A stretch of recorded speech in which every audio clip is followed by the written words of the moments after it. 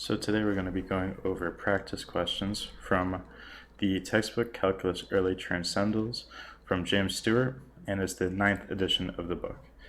And we're going to be doing chapter 14.3 today, starting with question number 9, which is find the partial derivatives of the function f of xy equaling to x to the power 4 plus 5xy cubed.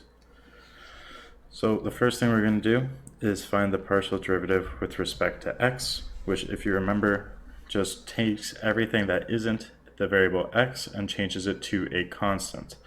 So what that means is we'll do our first term normally, which is our x to the power of 4.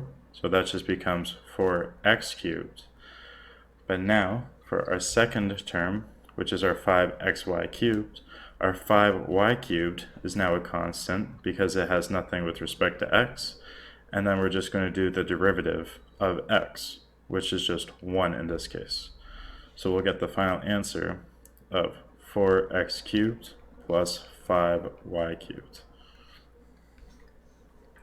And now when we're doing the partial with respect to y, our first term will just go away because it's going to be a constant. So our x to the power 4 is just treated as a constant. So, and if you do the derivative of just a constant, it becomes 0. So this just is 0 plus, and then again, we take our 5x as a constant, and then we do the derivative of y cubed, which is 3y squared. So then this just becomes 15xy squared. So now we have question 10, which is f of xy equaling to x squared y minus 3y to the power of 4. And what we're going to do here is again just find both the partial derivatives. So the first one we're going to do is the partial with respect to x, which is going to be equal to 2x and then our constant of y minus, and then since there's nothing here in terms of x, this will just become a 0. Giving us our answer of 2xy. And then when we do our partial of y, this will become, our x squared will be the constant, but the derivative of y is just 1. So this is just going to be x squared minus, and then 3y squared, 3y to the power of 4 is going to be 3, and then the derivative of y to the power of 4, which is 4y cubed, which will give us our answer of x squared minus 12y cubed. So now we have question number 11, which is the g of xy is equal to x to the power 3 sine y. Our derivative with respect to x is going to become 3x squared, and then our constant, which will be our sine of y. And then for this one, our g of y is going to be equal to, take out the constant of x cubed, and now it's just the derivative of sine y, which is just cosine of y. So this will give us our answer of x cubed cos of y.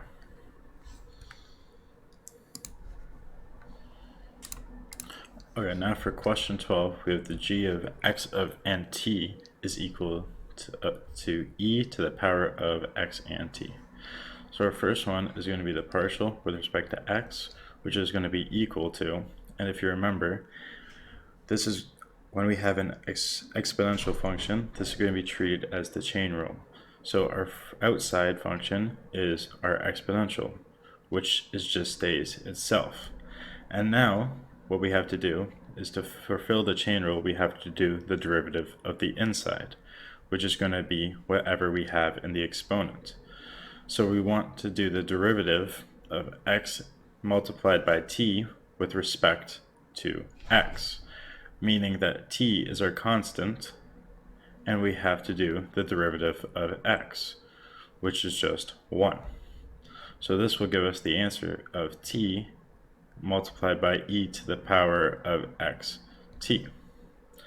However, when we have the partial with respect to t, again we have to do the chain rule, so the outside function is just the exponential, but the derivative of the exponential is itself, So it's going to be e to the xt multiplied by the inside, which is xt again.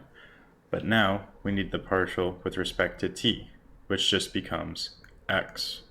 So we'll get the answer of x e to the xt. And the reason that the derivative of e to any function is just itself for the outside, if we have e to some function x, this follows the same principle as if we had a function that's a to the x. And then if we take the derivative of this, it becomes a to the x ln of a. However, when we have e to the x, what this changes to is this going to be e to the x ln of e. But ln and e cancel with each other, just giving us a remainder of e to the x. And now for question 13, we have z is equal to ln of x plus t squared. So what we can change this to is we'll change our z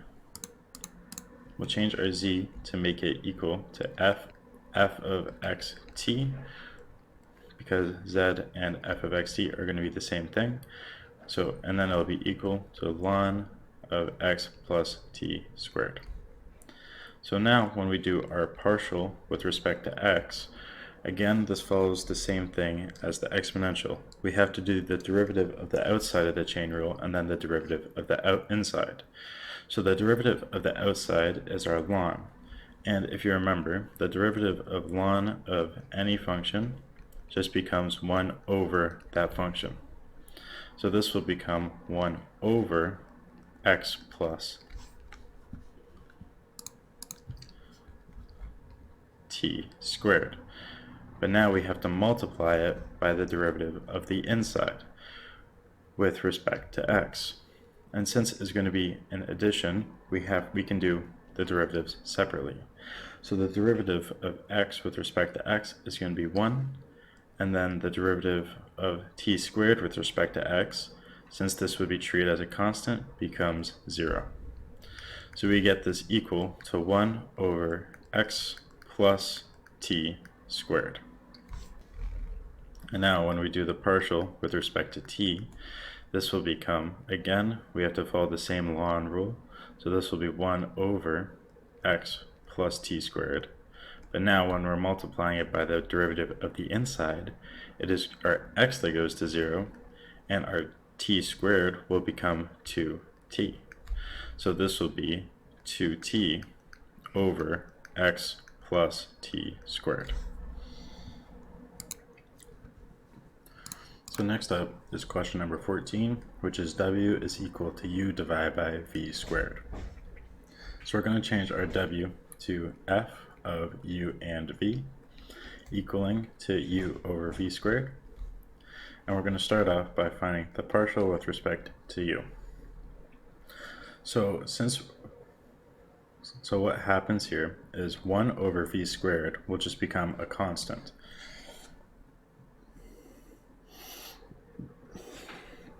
And then we just have to do the derivative of u by itself. And since the derivative of u with respect to u is just 1,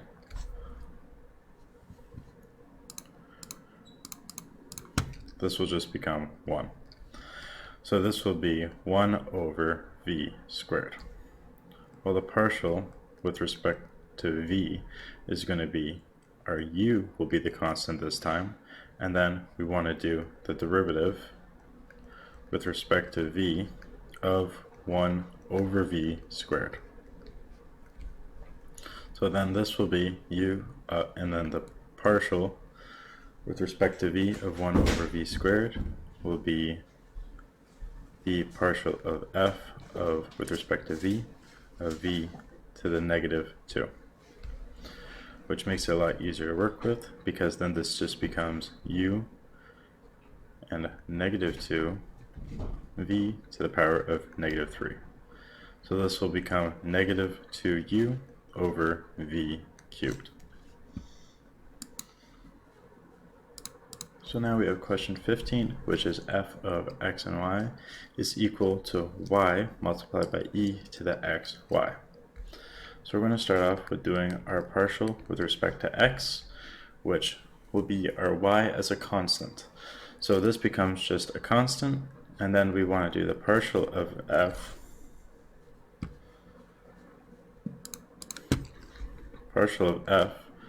with respect to x of e to the x, y, which is similar now to a question that we had before, because this will just be y multiplied by the outside derivative, which again for exponential functions is just e to the x, y.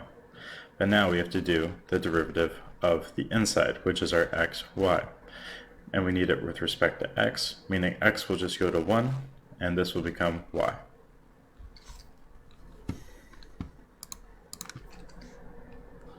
So this will be y squared e to the x, y.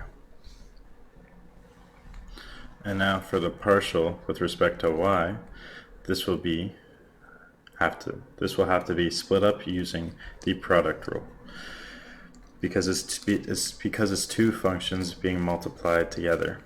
So for our first one, we'll have the partial of f with respect to y of y multiplied by the regular version of e to the xy plus our regular y multiplied by the partial of f with respect to y of e to the x, y. So the partial of f with respect to y just becomes 1. So this just becomes e to the xy plus, and now y stays the same, and it's going to be multiplied by the partial with respect to y. And again, the regular exponent will stay the same, and now multiply it by the inside function with respect to y, meaning y will go to 1 this time, and we'll keep our x. So we will get e to the xy plus xy e to the xy. So now for question 16, we have g of x and y is equal to x squared plus xy all cubed. So to start, again, we'll do the partial with respect to x. And because this is a function inside of a power, we have to do the chain rule. So this will be the outside function, so our x squared plus xy stays the same. And then we have to multiply it by the derivative of the inside with respect to x. So this will be 2x plus, and then the partial of xy with respect to x, our x will go to 1, and this will just be y. So we get our answer of 3 multiplied by x squared plus xy squared multiplied by 2x plus y.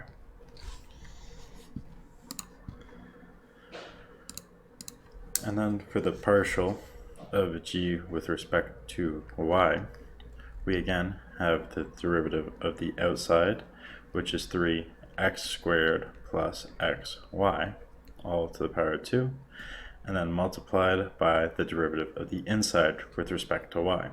So x squared will become 0 because it's treated as a constant, and then we will have this as just x because our y will go to 1. So this will be 3x x squared plus xy all squared, or if you factor out an x, this will be 3x squared x plus y squared.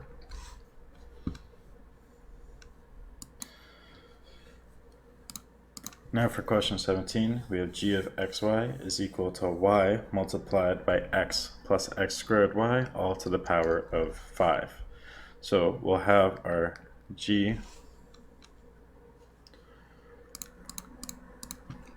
with the partial of x, which will be equal to the constant of y, and now we need to do the partial of g with respect to x of x plus x squared y all to the power of 5. which will give us y, and then we need to do the derivative of the outside, which will be 5 multiplied by, keep the inside the same, and then to the power of 4 multiplied by the partial of the inside. And since it's addition, we can do them separately again. So the partial of x with respect to x will be 1 plus, and then this will be 2xy. So then this becomes y, 5y, multiplied by x plus x squared y to the power of 4 multiplied by 1 plus 2xy. And then g of y is going to be equal to the product. So we need to do the partial of g with respect to y of y multiplied by the regular of x plus x squared y to the power of 5 plus the regular y multiplied by the product multiplied by the partial of g with respect to y of x plus x squared y to the power of 5. So this y will just become 1 because the partial of y with respect to y is just 1. So this will just stay as x plus x squared y to the power of 5 plus our regular y multiplied by the partial here, which will be the chain rule. So we need to do the derivative of the outside, which is the 5, and then change the exponent to a 4, multiplied by the partial of the inside with respect to y. And our x will just be a constant, so that will be a 0, and our y will become a 1, so it's just plus x squared, which will give us our final answer of x plus x squared y to the power of 5 plus 5y multiplied by x plus x squared y to the power of 4 multiplied by x squared. Or to simplify it a little bit more, this will be x plus x squared y all to the power of 5 plus 5yx squared multiplied by x plus x squared y to the power of 4. So now for question 18, we have f of xy is equal to x squared is equal to x over x plus y all squared. So what we need to do here for our first part is the quotient rule. So to find the partial with respect to x, we need to do the partial of f with respect to x of our top term, of our term in the numerator, which will be our f, and our bottom will be our g, if you're looking at the quotient rule. And this will be multiplied by our regular denominator, which is our x plus y squared. And then this is going to be subtracted by our regular numerator multiplied by the partial of f with respect to x of our denominator, which is their x plus y all squared. And this will be divided by our denominator all squared. So now cleaning this up, our partial of f with respect to x of x will just become 1. So this will just be x plus y all squared minus x multiplied by, now do the exponent first, so this will be 2x plus y to the power of 1, so we don't have to write it, multiplied by the partial of the inside, which with respect to x will just be 1. And this will all be divided by x plus y to the power of 4. So now simplifying this more, this will be x squared plus 2xy plus y squared minus 2x squared, because this will be 2x, and now we're bring it into the bracket, plus 2xy. And as you can see, our 2xy's will cancel, and this will become negative x squared. So this will be, and this will all be divided by x plus y to the power of 4.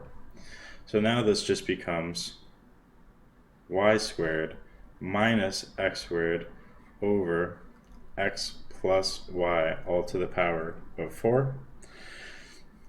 And we can change this a little bit more because we're able to change our numerator to the difference of squares. So this will be x plus y and y minus x all divided by x plus y to the power of 4. Now we can cancel our x plus y, and one of our x plus y is here, so that'll be to the power of 3, giving us our final answer of y minus x divided by x plus y to the power of 3. And now when we want to find the partial with respect to y, this will be different because we don't have to use the quotient rule. All we have to do is take our x in our numerator as a constant, and then we need to do the partial of f with respect to y of 1 over x plus y squared. So then this will be x and the partial of f with respect to y of x plus y to the power of negative 2. So this will be x multiplied by negative 2, x plus y to the power of negative 3, multiplied by the inside of our function, which if we do with respect to y, our y will become 1 and our x will become 0, so just multiplying it by 1, which will give us our answer of negative 2x over x plus y all cubed. So now we have question 19, which is f of xy is equal to ax plus by divided by cx plus dy. So when we're finding the partial of f with respect to x, we need to do the quotient rule. So we're going to do the partial of ax plus by with respect to x multiplied by our regular cx plus dy minus our regular numerator, which is our ax plus by, multiplied by the partial of cx plus dy divided by the partial with respect to x. And this is all divided by our denominator, which is our cx plus dy squared. So now this will become, with the partial of x here will just be a, because our x will become a 1 and our by, which is treated as a constant, goes to 0, multiplied by cx plus dy minus our regular ax plus by multiplied by our partial of x, which will just be c, divided by cx plus dy all squared. So now this becomes a cx plus a dy minus cax, and this will be minus cby all divided by cx plus dy all squared. And if you see, our acx will cancel with our acx, leaving us with a dy minus cby, which will be changed to ad minus bc multiplied by y if we factor out the y, and then divided by our cx plus dy all squared.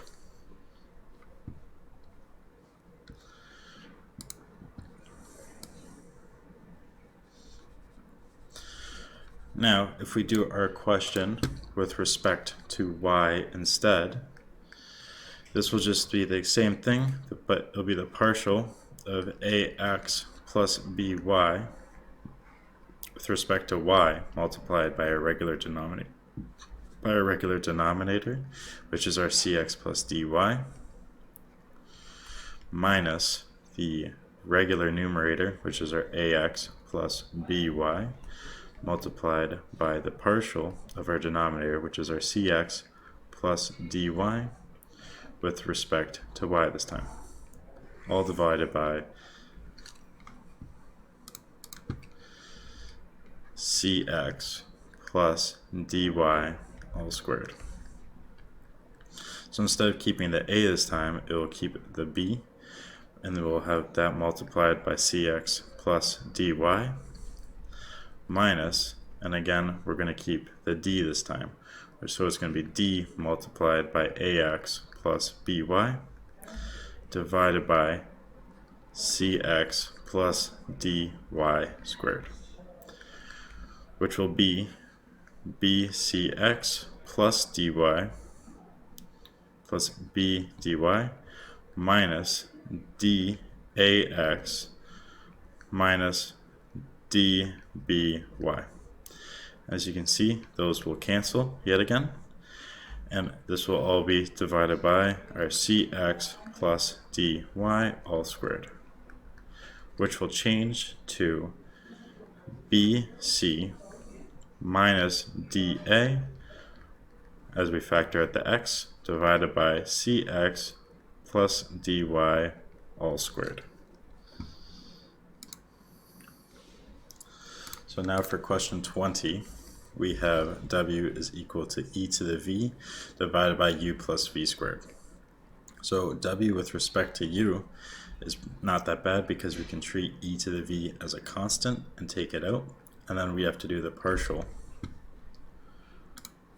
We have to do the partial of w with respect to u of our function, which is just now u plus v squared to the negative 1.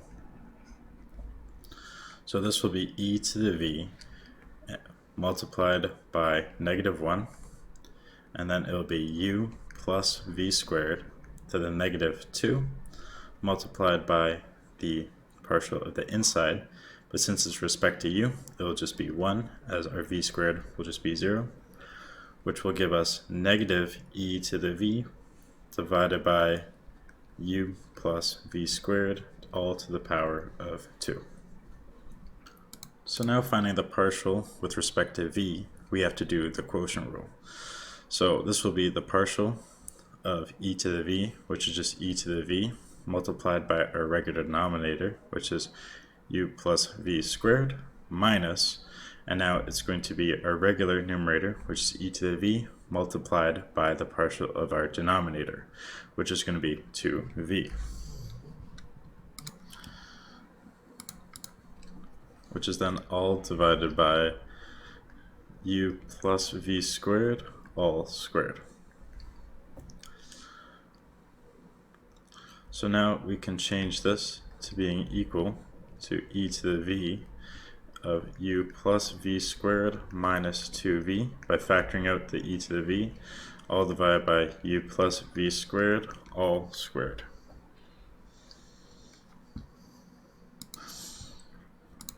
So now we have question 21, which is g of u and v is equal to u squared v minus v cubed all to the power of 5. So we want to find the partial of u first, which if we do the derivative of the outside will be 5u squared v minus v cubed all to the power of 4 multiplied by the partial of the inside, which will be 2uv minus 0 because I'll be treating it as a constant. So this will be 10 uv multiplied by u squared v minus v cubed, all to the power of 4. And now when we do the partial with respect to v, we'll do the same thing. We'll do the outside first multiplied by the inside, which in this case will be u squared minus 3v squared. So this will be 5u squared minus 15v squared multiplied by u squared v minus v cubed, all to the power of 4. So for question 22, we have u of r and theta is equal to sine multiplied sine of r cos theta. So to do the partial with respect to r, we need to do our chain rule. So this is going to be the derivative of the outside, which will become cosine of r cos theta, and now the derivative of the inside. But since we treat cos theta as a constant here, this will just become cos theta, because our r will just become a 1. So this gets us cos of r cos theta multiplied by cos theta, or cos theta cos of r cos theta.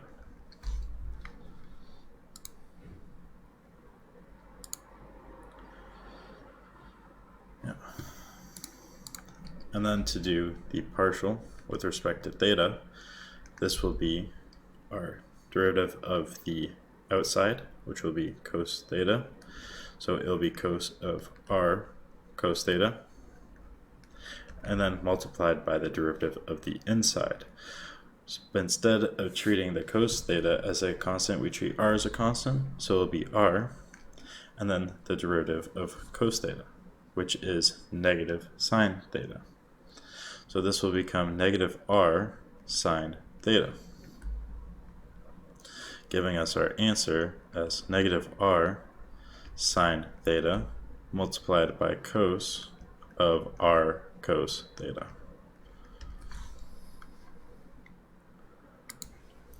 So now we have to do r of p and q is equal to arctan of pq squared. So first we'll find the partial of r with respect to p, and we'll have to do the chain rule again. So tan inverse is kind of like ln, but instead ln goes to 1 over the function, while tan inverse or arctan of x will be 1 over 1 plus your function squared. So for this instance, it will become 1 over 1 plus pq squared.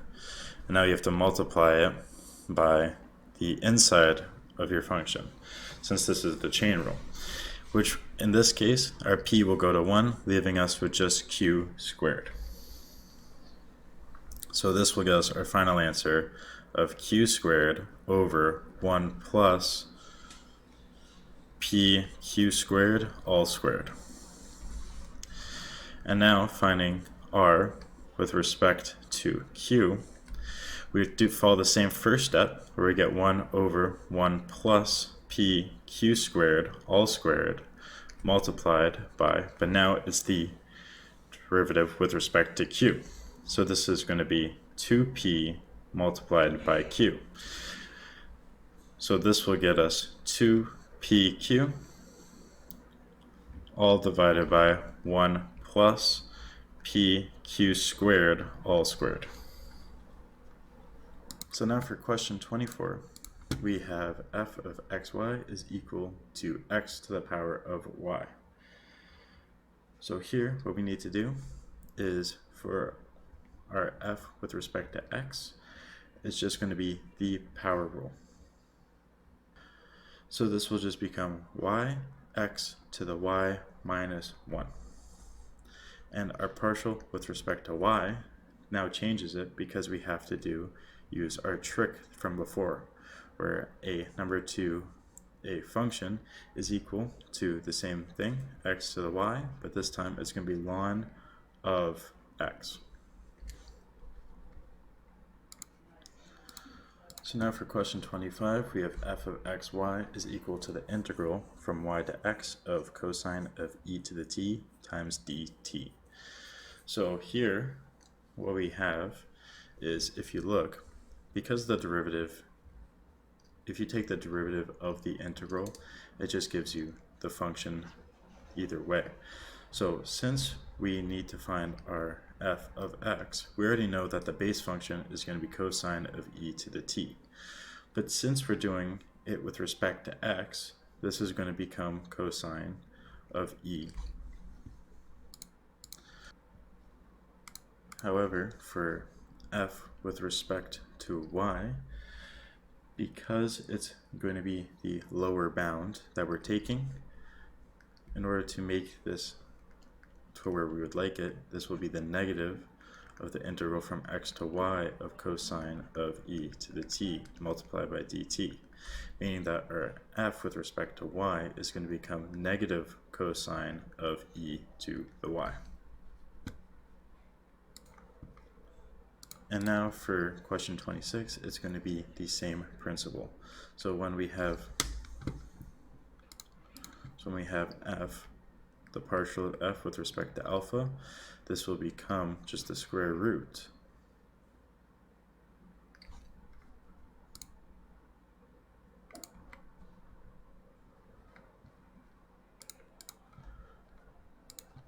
of alpha cubed plus 1, but since it's our lower bound, it'll be the negative, while our f, the partial with respect to beta, is going to be beta cubed plus 1.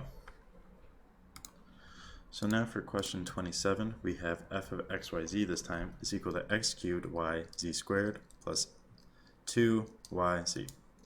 So we have to do three partial derivatives. So we have f with respect to x, which is going to be 3x squared, yz squared, plus 0, because this will all be treated as a constant as there's no x. So this will be 3x squared, yz squared. While our f of y is going to be equal to x cubed z squared, because our y will be equal to 1, plus 2z. And then our f of z will be equal to x squared y multiplied by 2z. So we'll put the 2 up front and just have z to the power of 1 plus 2y, because our z will be equal to 1. So now we have f of xyz is equal to xy squared e to the negative xz. So first thing we want to do is have f with respect to x. So this is going to be two functions multiplied together.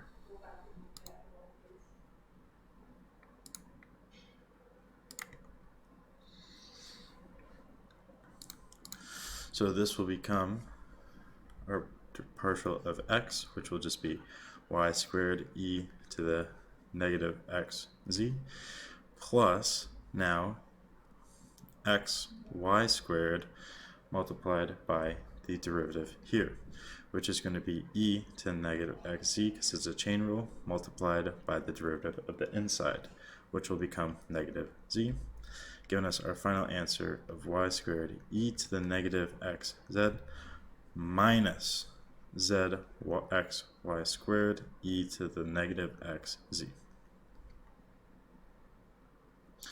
And now when we're doing our partial of f with respect to y, so we have f with respect to y, this is just going to be equal to 2y x e to the negative x z, because there's nothing in the y, nothing of y except for y squared.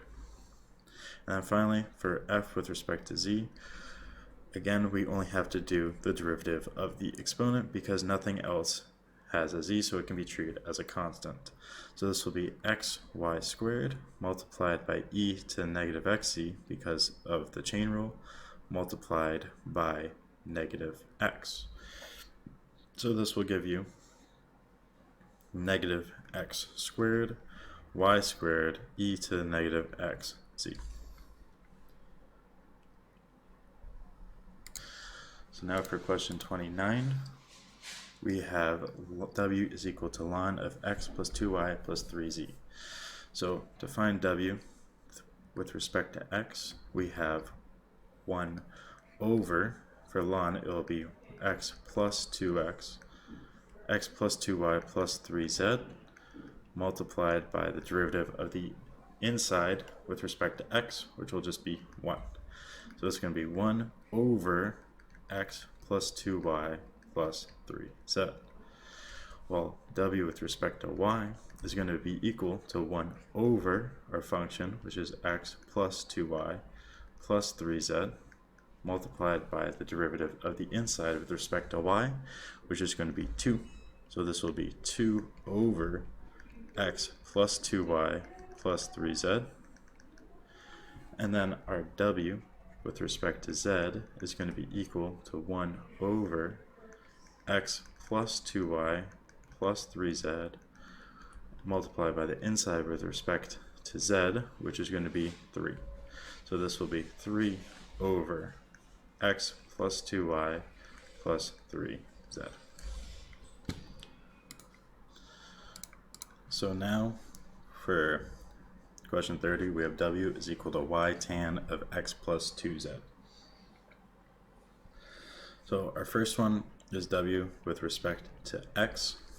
So this will just be y, and then multiplied by the outside function, which is our tan, the derivative, which becomes secant squared of our inside function, which is x plus 2z, multiplied by the derivative of the inside with respect to x, which is just 1. So we get y secant squared of x plus 2z. Our w with respect to y will be equal to just tan of x plus 2z, because that can all be treated as a constant, as our only y is out front, and taking the derivative of that will just become 1. And then finally, our w with respect to z will be equal to, our y will be treated as a constant, and then since the z is inside of the tan, we have to do the chain rule. So the derivative of the outside, which becomes secant squared, multiplied by the inside, which is our x plus 2z, and then multiplied by the inside with respect to z, which is just 2. So we get our final answer as 2y secant squared of x plus 2z. So now for question 31, we have p is equal to the square root of t to the 4 plus u squared cosine of v. So our first one is going to be p with respect to t. So what we need to do here is take the derivative of the outside of t to the 4 plus u squared cos v all to the 1/2, and then it's the chain rule. So this will then become 1/2 t4 plus u squared cosine of v all to the negative 1/2 multiplied by the derivative of the inside with respect to t, which is just 4t cubed. So this will then become 4t cubed over 2 multiplied by t to the 4 plus u squared cosine of v all to the power of 1/2. And if you cancel out these 2's, this will become 2t cubed all divided by the square root of t to the 4 plus u squared cosine of v. Now for p with respect to u, it's going to be the same thing. We're going to have the derivative of the inside, which is going to be 1/2 of derivative of the outside, which is 1/2 t to the 4 plus u squared cosine of v all to the negative 1/2 multiplied by, this will be 2u cosine of v. So now just putting this into, just simplifying this will get us, our 2's will cancel, so this will just be u cosine of v divided by the square root of t to the 4 plus u squared cosine of v.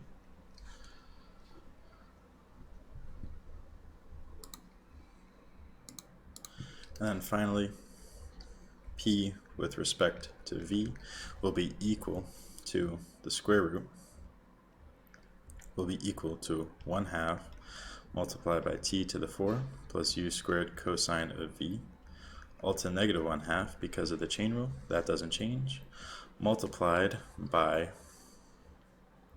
the derivative of the inside with respect to v, which is going to be negative u squared sine of v, because we just have to treat u squared as a constant and change cosine of v.